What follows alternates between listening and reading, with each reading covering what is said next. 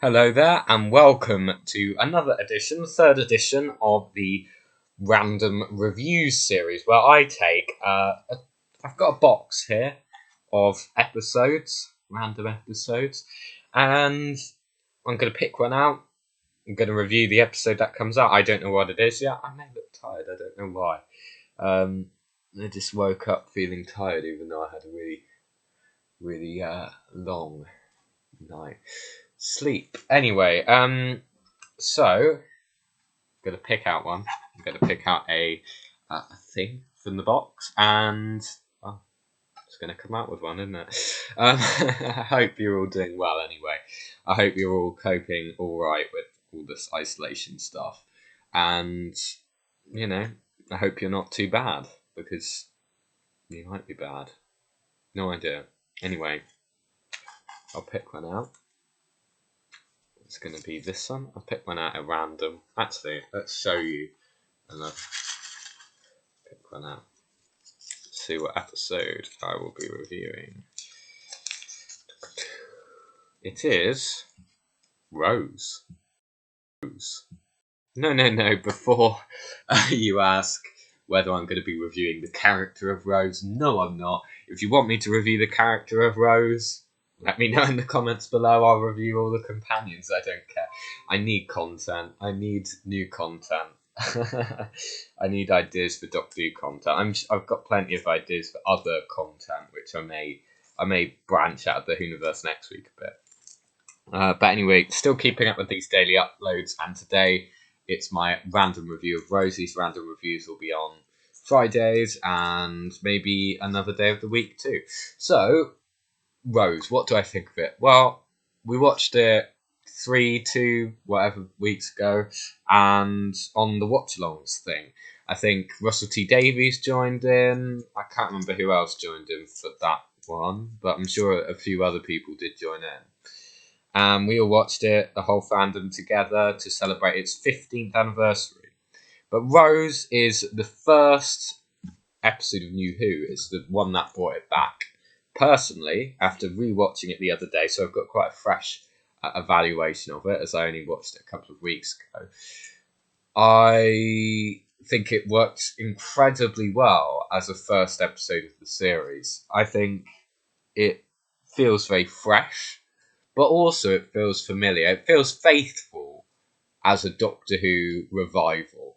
It doesn't feel like a completely different universe. I mean, it feels very, very, very different from the older stuff, but there's still resemblance to the classic series.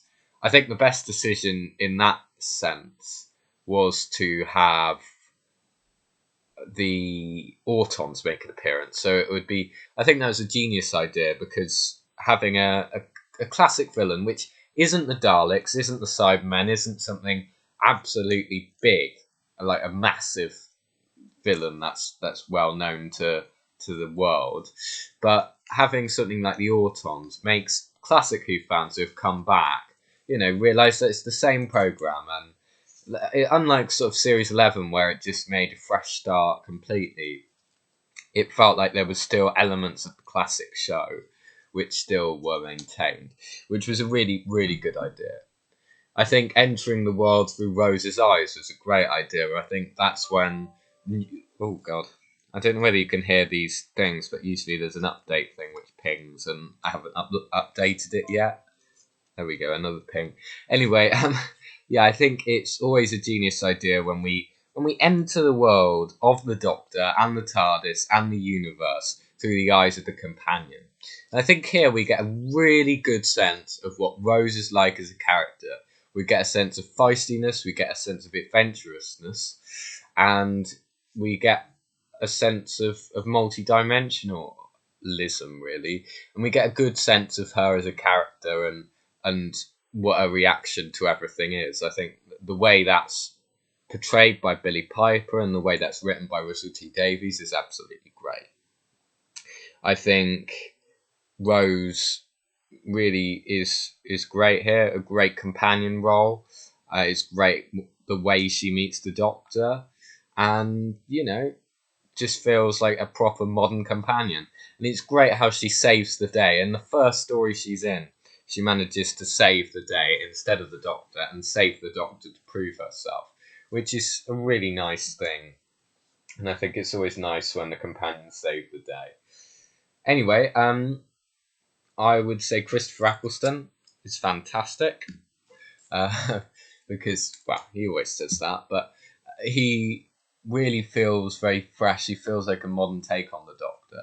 Now, there are a lot of people which said Christopher Eccleston didn't really feel like the Doctor back in the day, and it's true. He's possibly one of the least Doctorish Doctors, to be honest, but he feels like a really fresh take on the role of the Doctor. There's a real sense of humour there. There's a lot of times I laughed at what the Ninth Doctor said or did or reacted, because there's a real sense of cheekiness and snarkiness and rudeness almost, but in a really funny way that the Doctor comes across. And I really think he's a very fleshed out Doctor, even in the one series he got. And there's some sense of darkness as well within the role, and some sense of haunting from what has happened. There's some nice references to the Time War here, whilst not revealing what the Time War is. And, it's a really lovely sort of characterization here. I think we instantly get to like him. I instantly liked him. I think it's great to see Rose's sort of domestic life and how, like I said in yesterday's video where I talked about the Russell T Davies era, I think it's lovely how we get to see the sort of domestic worlds of the companions in the Russell T Davies era and how life in the TARDIS affects that, which is really nice. I think that's a lovely little idea. But, I mean, you could say that Mickey's very one-dimensional here. I think that's part of the point. I think it shows that Rose is bored of her home life. I guess you could say Jackie is annoying, but I think that's in a good way. I find she's annoying in the way that sometimes a mother would be, especially when things are going down. When Rose has lost her job, and Camille Kaduri's great here, especially in the scene where she first meets the Doctor. It's great.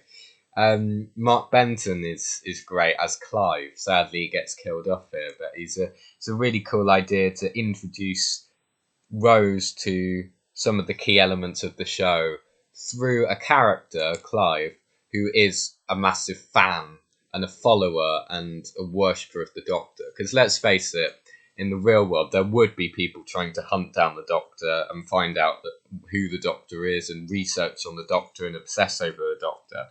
I think it's always lovely when you get a character who's a big fan of the Doctor or sort of a researcher of the Doctor. And there's a really lovely speech about the Doctor which really sums up the character of the Time Lord. And I think the perfectly Russell T Davies in this great script perfectly extrapolates what the Doctor needs to be in 45 minutes, which is absolutely great, and what a companion in the modern era needs to be. Strong-willed, courageous, excitable.